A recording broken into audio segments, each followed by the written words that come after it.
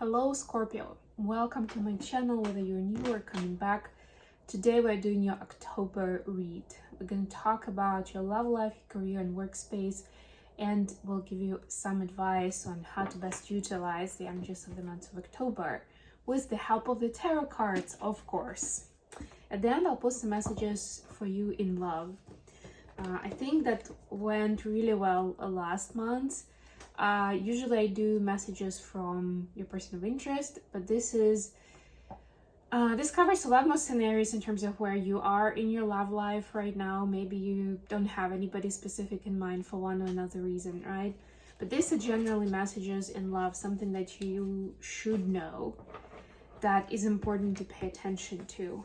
Or even if you're single and you want to attract love, then this is the aspect of your life, of your personality to take into account.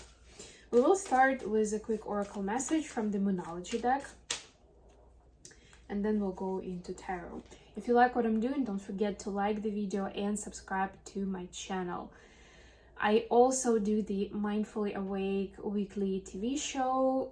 There is a playlist on this channel with the same name where you can see the episodes that have aired so far. As you can guess from the title, they're on mindfulness and wellness.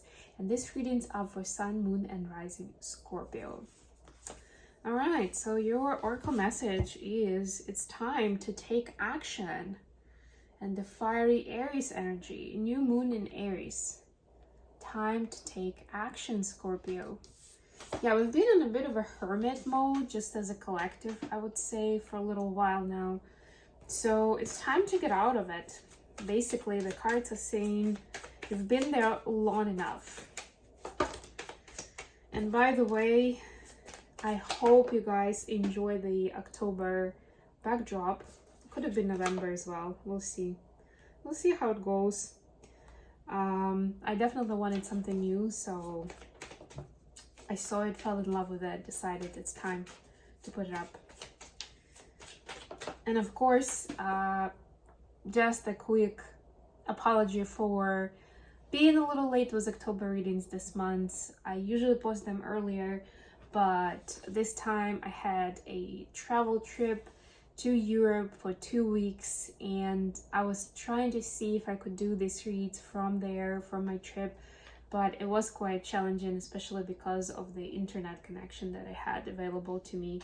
So I barely recorded the daily messages for the Twinflame channel, but I also recorded a message for the solar eclipse in Libra that happened just a few days ago. So if you haven't seen it yet, I do recommend to take a look. It has a message for each zodiac sign. It's timestamped, so you can easily jump to yours. It's giving you more specific guided messages around the eclipse time. And even though it's over, like the peak of it is over, the energy is still going to be strong for another couple of months, I would say. Okay, so for your love life, we have Three of Cups, Three of Pentacles. I don't know if it's a good news that you see threes in a relationship where you might be expect two people, and Page of Pentacles. Well, we'll get into that in a minute. In your career space, you have Three of Swords. Okay, we're just missing 1 3 at this point. The Hermit, could be done as a Virgo. And King of Swords, could be an air sign, Gemini, Aquarius, or Libra. Advice for Wands, beautiful. Knight of Wands, and Nine of Wands. Wow, you're gonna trust your passion or not, Scorpio? And that's a passionate card as well, you know? It's taking action, but it's a lot about, are you gonna gamble? Like, you're gonna take risk, because it's not gonna be very obvious choice, or it's gonna feel exciting, but you wouldn't have the facts to back it up and say, like, yes, that is a sure thing. No, you have to use your intuition to see whether this is a true thing, and whether, like, use your discernment to see whether it's something that you want to invest in or commit to. Bottom of the deck is the Tower, so you'll be surprised. In any case, that's part of the journey, right? But it doesn't say that you'll be surprised because you made the wrong choice, right? Maybe you made the right choice, but you're really went on a whim. Like, it really wasn't very clear, but you went with it. Maybe people were talking you out of it, and then eventually it worked out beautifully, and you had that tower moment of like, wow, actually now I can see it. I can see it all. It makes total sense. Why haven't I done this before? Or, you know, went with it sooner. So anyways, we don't have the fourth three, but since I already noticed that we're only missing 3 of Wands, so you may be lacking the specific intention towards your goal. You have a good vision of what it is, but there is still that extra step. It's kind of between the vision and taking action for it, right? The 3 of Wands is intention setting. So check yourself whether you have that layer between the big vision of what you're trying to achieve and the next step that you see, right? Like, intentions make it more specific, right? And also intentions help you. It's almost like a contract that you build with the universe or with your higher power. You know that this is my vision, this is how I see it, but on a more specific level. So you have 2 3s and you have Page of Pentacles. So I don't really see a lot about love life, I'll be honest with you.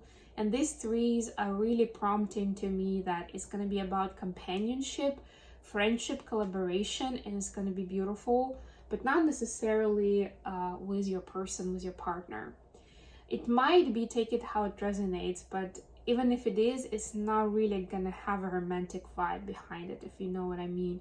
You know, like, you can still collaborate on a creative project with your person, but it's not necessarily directly related to the romantic aspect of your relationship, right? So see how it resonates for you, but there's definitely some kind of celebration of companionship, of friendship that you will have an opportunity to do this month, right? And also there is an ask to be kind towards yourself and others, right? And open up your heart and be open to what those people actually need.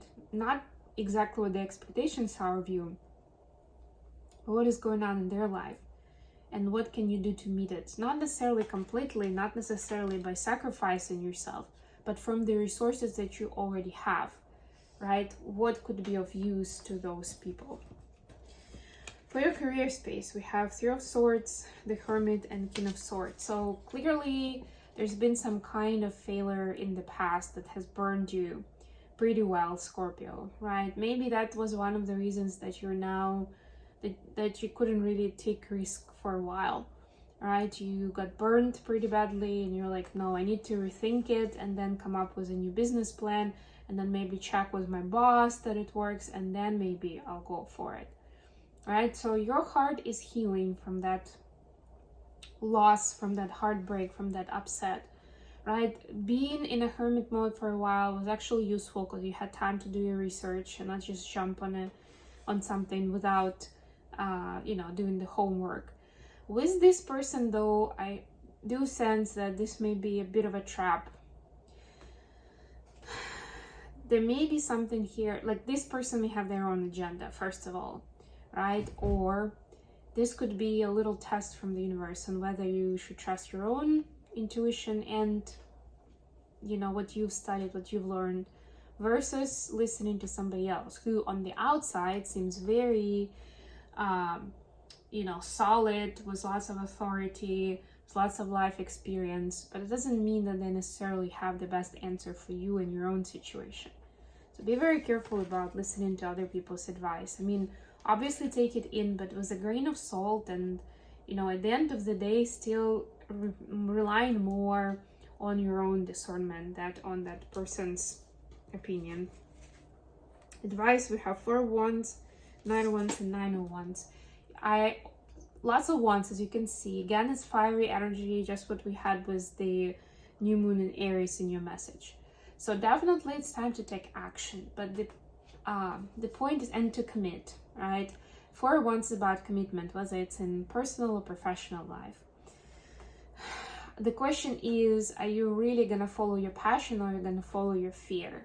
And both of these are minor. Well, this is court card, but still, It's not a major arcana, so it means like this choice is yours. You're gonna have an interesting experience regardless of which road you're gonna take.